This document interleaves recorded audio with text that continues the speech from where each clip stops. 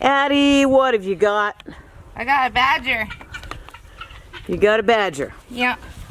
We didn't kill him. We didn't kill the badger. We found him as roadkill, and we looked him up on the New Mexico Game and Protected Species page. He can be trapped during season, which means that it is legal to own a skull or a skin of a badger. We don't know how long he's been down, but we're hoping he doesn't explode on us when we try to skin him here. But we've got the proper tools. We've got an extra couple of trash bags, and we're going to try to keep him bagged while we're cutting him, just to make sure that if it does explode, it stays inside the bag. You're going to have scent glands around the anus, so when we peel him back, we're going to want to go down the leg here on both sides. Okay. And then we'll peel that off about the pads of the feet there. But you cut here, you're going to cut around the anus, trying not to get into any musk glands. And then you're going to cut him up his belly a little bit. Which is gonna... We're going to try not to get him all over us. Their skin is real thick on the back, but it's pretty thin on their gut. So you want to cut real gentle, especially when you get anywhere near any parts that are going to come shooting out there.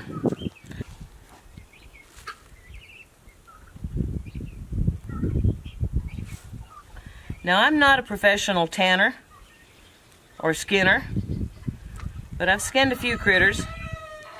I'm always a little bit leery of roadkill, because you don't know how long they've been there. Those of you that handle roadkill all the time are probably going to be laughing at me. But there you go. It's not like I get this thing every day. Get to work with it every day. Addie's going to cut a while. Now, technically, we should be going straight up the belly, but I know we're trying to stay away from that inside of the belly.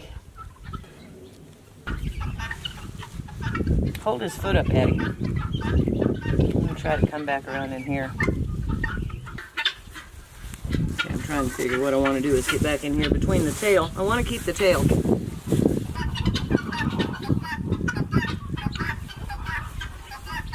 I need John Adam to come sharpen my knives for me. You got a bone cutter over there? In our nice little skinning set? Thanks, Walt. I got you this for Christmas, but I had a feeling I knew who would use it first.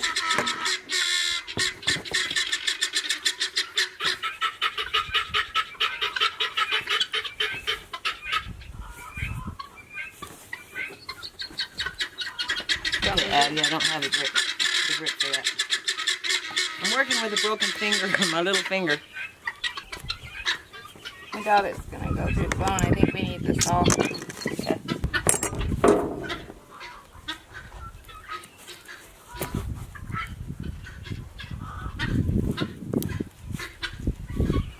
Okay, second verse, same as the first, I think. Find it? Yep.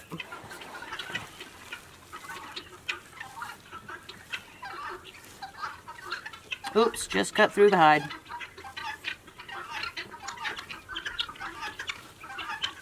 Made a hole in my hide, guys. Not cool. So if you're looking at it saying we're making a mess of it, well, it's roadkill. And we are specifically after the hide and the skull. But it's not gonna go to waste. All the meat, we'll take it out and feed it to the hawks or the turkey vultures that fly over. It will not go to waste. Okay, let's put his rump end into a trash bag.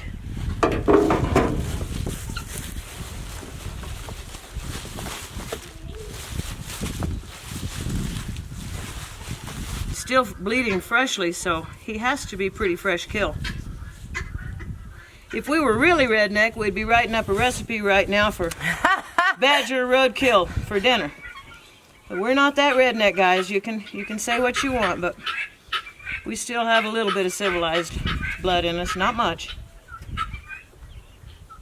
That sure looks like some good meat, though. I wish I knew a roadkill specialist. And we you do that? I'm thinking we need to pull, since we think he's not going to blow up on us.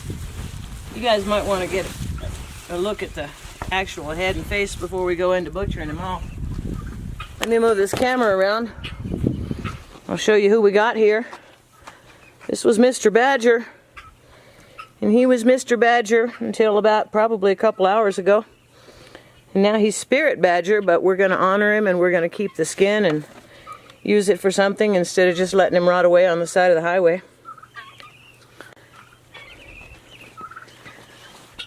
And I think I'm going to turn you guys off for a minute. We're just going to bag him up and do a little more cutting here. So we found a badger as roadkill today, and we brought it home. It was pretty fresh. There didn't even have any flies on it yet. We think an emergency vehicle that had passed us hit it and killed it, crushed its skull. So we brought it home and we skinned it out. We have fed all the meat and insides of it to the local wildlife, the coyotes and hawks or whatever. But what we've done is we've managed to save the hide.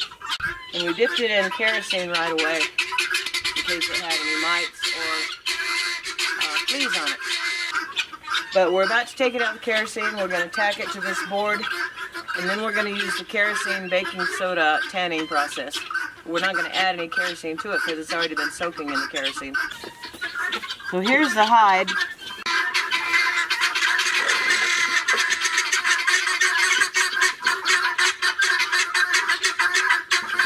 All of this flesh here has to come off, and it's a method called scraping.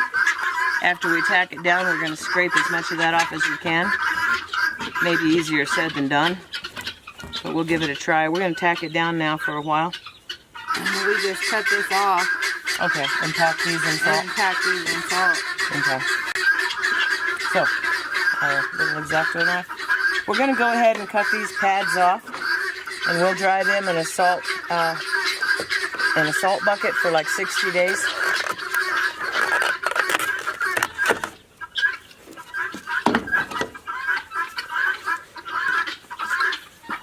It was pretty. Did you see it before we turned it over, Cheyenne? Want to see it? No, I'm fine. Okay.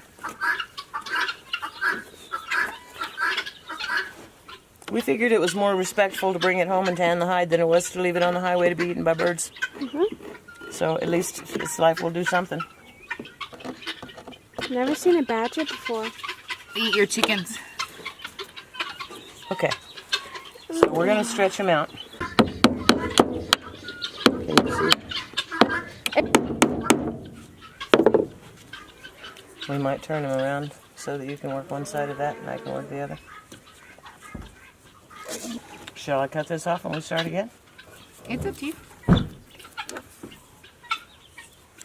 It doesn't want to cut.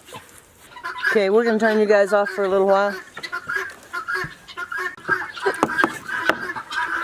Okay, so we've got this little guy tacked to the board, and we've got as much of this nasty flesh and fat as we could off of it. Quite a bit of it.